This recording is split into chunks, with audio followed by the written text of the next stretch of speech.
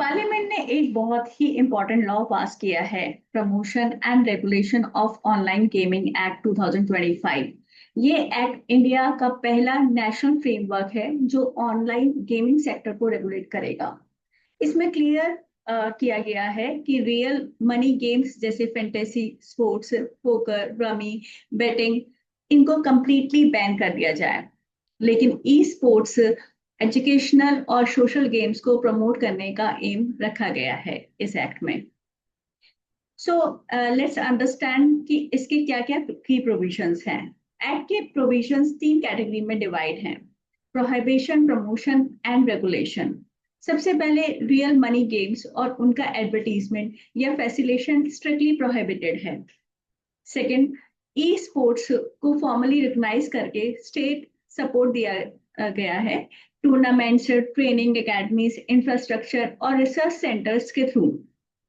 Third, एक national online gaming commission बनेगा जो लाइसेंसिंग, कंप्लायंस और डिस्प्यूट रेजोल्यूशन को रेगुलेट करेगा। ये फ्रेमवर्क एक यूनिफॉर्म नेशनल लॉ क्रिएट करता है जो पहले से स्टेट वाइज फ्रेगमेंटेड लॉ को रिप्लेस करेगा। नाउ अब ये बात करते हैं कि स्टेक होल्डर्स पे क्या क्या इम्पैक्ट आ सकता है।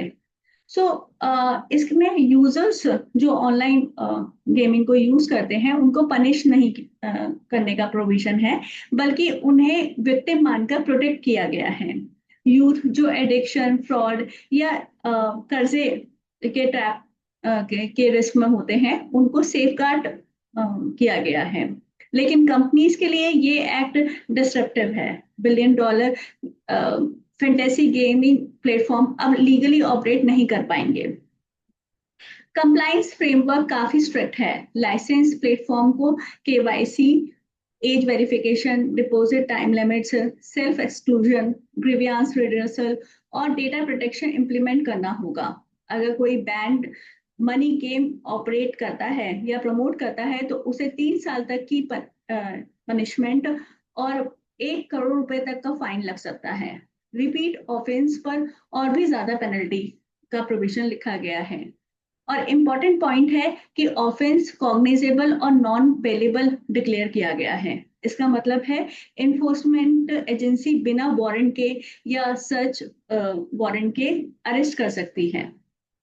अब हम देखते हैं कि बाकी के देशों से ये कैसे अलग है, मतलब इंडिया में क्या प्रोविजंस अलग हैं। यूके में गैम्बलिंग कमीशन, लाइसेंसिंग और रिस्पॉन्सिबल गेमिंग नॉर्म्स इन्फोर्स होता है। यूएस में रेगुलेशन डिसेंट्रलाइज्ड है, कुछ स्टेट अलाउ करते हैं और कुछ प्रोहिबिट। चाइना में तो ये मनी बेस्ड गेम बिल्कुल बैन है, लेकिन ई स्पोर्ट्स को एग्रेसिवली प्रमोट किया जाता है।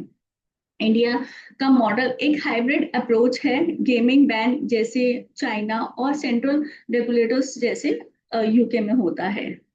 सो शॉर्ट टर्म में ये लॉ डिस्ट्रप्टिव होगा, इंडस्ट्री को रेवेन्यू और एम्प्लॉयमेंट का नुकसान भी होगा और इलीगल प्लेटफॉर्म ग्रो नहीं कर पाएंगे। लेकिन लॉन्ग टर्म में अगर इन्फोर्समेंट फेयर और बैलेंस रहा तो इंडिया एक सेफ और ग्लोबली ई स्पोर्ट हब बन सकता है। सो लीगल पॉइंट ऑफ व्यू से एक्ट एक प्रोटेक्टिव सेफगार्ड है जो वनरेबल यूजर्स को एडिक्शन और एक्सप्लॉयटेशन से बचाता है, लेकिन साथ ही इंडस्ट्री के लिए एक इकोनॉमिक चैलेंज भी क्रिएट करता है। सक्सेस डिपेंड करती है कि रेगुलेटर की एफिशिएंसी कैसे होती है, क्या वो कंज्यूमर्स प्रोटेक्शन और इंडस्ट्री ग्रोथ के बीच सही बैलेंस बना पाएंगे या नहीं।